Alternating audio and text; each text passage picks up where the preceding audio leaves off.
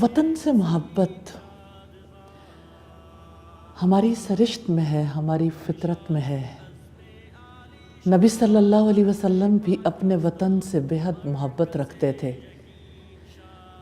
مکہ چھوڑتے ہوئے آپ صلی اللہ علیہ وسلم نے سرزمین مکہ کو مخاطب کر کے کہا تھا کہ اے سرزمین مکہ، تو مجھے دنیا کی سب زمینوں سے زیادہ محبوب ہے۔ اگر مجھے یہاں کے رہنے والے نہ نکالتے تو میں یہاں سے کبھی نہ نکلتا۔ اور جب مدینہ کو آپ نے اپنا وطن بنایا تو مدینہ جب قریب آتا تھا سفر سے واپسی پر تو آپ اپنی اونٹنی کو ایڑ لگاتے تیز کر دیتے تھے۔ یہ آپ کی وطن سے محبت کی علامت ہے۔ پہلی وحی کے موقع پر آپ صلی اللہ علیہ وسلم کو لے کر جب سیدہ خدیجہ ورقہ بن نوفل کے پاس گئیں، اس موقع پر انہوں نے یہ کہا تھا، کاش میں اس وقت جوان ہوتا، کاش میں اس وقت آپ کی مدد کر سکتا جب یہاں کے لوگ آپ کو نکال دیں گے۔ آپ صلی اللہ علیہ وسلم کو اس بات پر بڑی حیرت ہوئی، کیا وہ مجھے یہاں سے نکال دیں گے؟ یقیناً وطن کو چھوڑنا اور وطن سے دیس نکالا مل جانا بڑا تکلیف دہ امر ہے۔ پاکستان ہمارا وطن ہے اور ہم سب پاکستان سے محبت کرتے ہیں، اور پاکستان نام سے ہی ظاہر ہے، پاک لوگوں کے رہنے کی جگہ۔ جب پاکستان بنا تھا اس وقت ایک نعرہ جو لگایا گیا یہ سب کے جذبات کی ترجمانی بھی تھی، اور یہی پاکستان کے بننے کا مقصد بھی تھا۔ پاکستان کا مطلب کیا؟ لا الہ الا اللہ۔ تو یہ پاکستان لا الہ الا اللہ کے نام پر بنا۔ عجیب بات ہے، پاکستان میں پاک لوگوں کے رہنے کی جگہ ہے، آج لا الہ الا اللہ کی بجائے کتنے ہی لوگ ہیں جو اپنے اپنے فیصلے، اپنے قوانین، اپنی من پسند چیزیں لے کر اٹھتے ہیں، اور کیسے پورے نظام زندگی کو درہم برہم کرنے کی ایک کوشش ہے۔ سادہ سی بات، ایک گھر کو توڑنے کے لیے کتنی بڑی سازشیں، کتنی بڑی کوششیں، وہ گھر پاکستان ہو یا ایک خاندان کا گھر ہو۔ آج باطل نظریات کی یلغار ہے وطن عزیز پر، اور کس طرح سے پاک اور مقدس رشتے کو توڑنے کی جو کوشش ہے، جو سازش ہے، ہمیں ضرور اسے سمجھنا چاہیے۔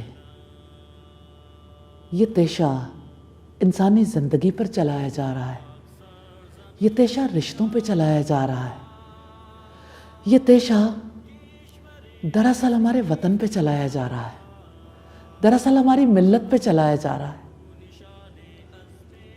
میں نے ایک ایگزامپل دی ہے، یہاں ہزاروں ایگزامپلس ہیں۔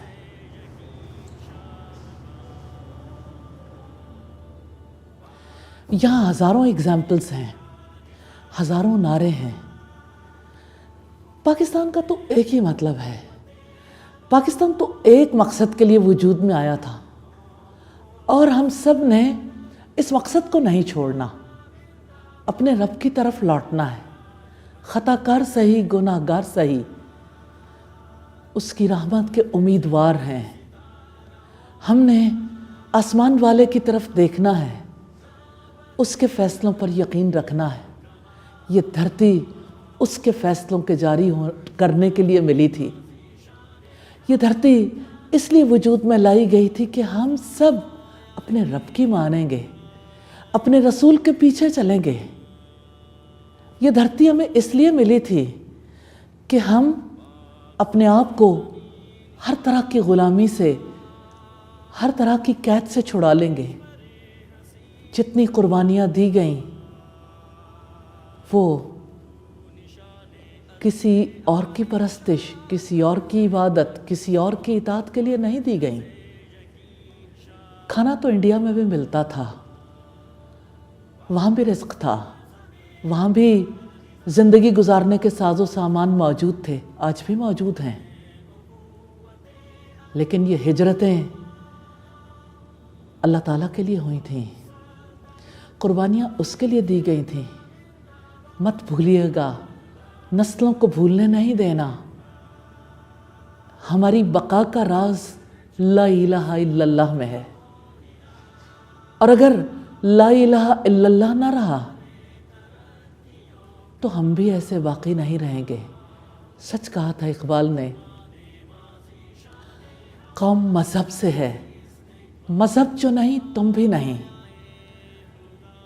جذب باہم جو نہیں محفل انجم بھی نہیں۔ لوٹ چلیں رب کی طرف، رب کے پیغام کی طرف، رب کے کلام اس کے قرآن کی طرف۔ اس نے ہمیں زندگی گزارنے کے طور طریقے، راستے بتائے ہیں۔ ہم نے اپنی نسلوں کے ہاتھوں میں قرآن تھمانے کے لیے جو کام کیا ہے، الحمدللہ رب العالمین، اب اس کو عملی حقیقت بنانا ہے اللہ تعالیٰ کے فضل و کرم سے۔ اب اپنی نسلوں سے اپنے رب کے کلام کو دور نہیں ہونے دینا۔ ہم نے اپنی نسلوں کو زندگی کا مقصد سمجھانا ہے، اور انشاءاللہ اللہ تعالیٰ کے فضل و کرم سے جب یہ نئی نسل اٹھے گی، جن کے ہاتھوں میں، جن کے دلوں میں اور جن کی زندگیوں میں، جن کے عملوں میں قرآن ہوگا، تو انشاءاللہ نیا پاکستان ہوگا۔ اللہ تعالیٰ ایسا کر دے، آمین ثم آمین۔ سایہ خدائے ذوالجلال